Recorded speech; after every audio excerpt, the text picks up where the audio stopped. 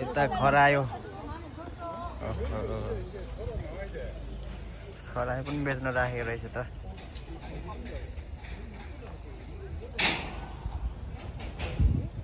लु लाने भाइ लैजाम न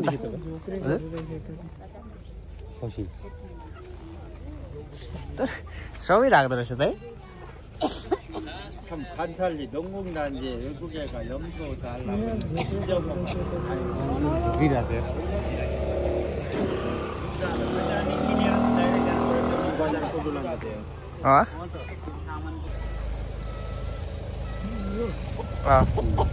भन्नु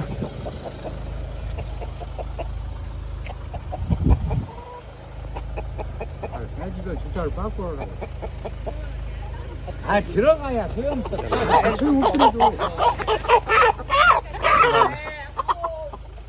लैजाम प्याकिङ गर्दिन भन्नु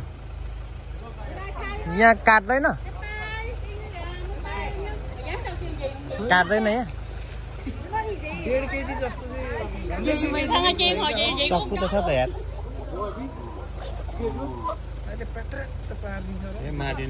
ल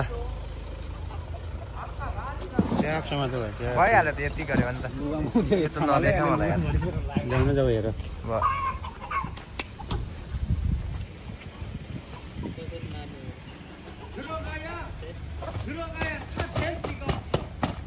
अनि हाम्रो कुक मास्टर सेफ हाम्रो सेफ सरले चाहिँ कुखुरा पोलेर म समाउँछु नि त यार यापै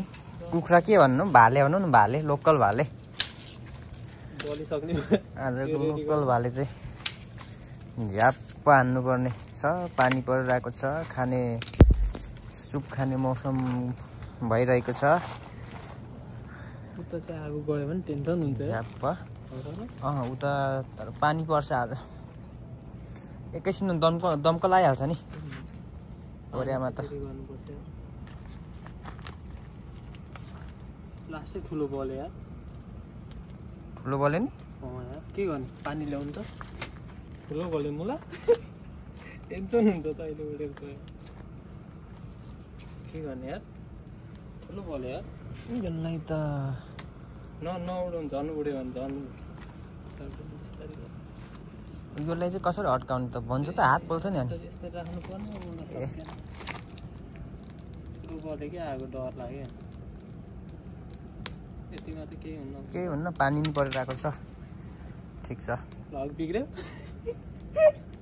वा यस्तै त हो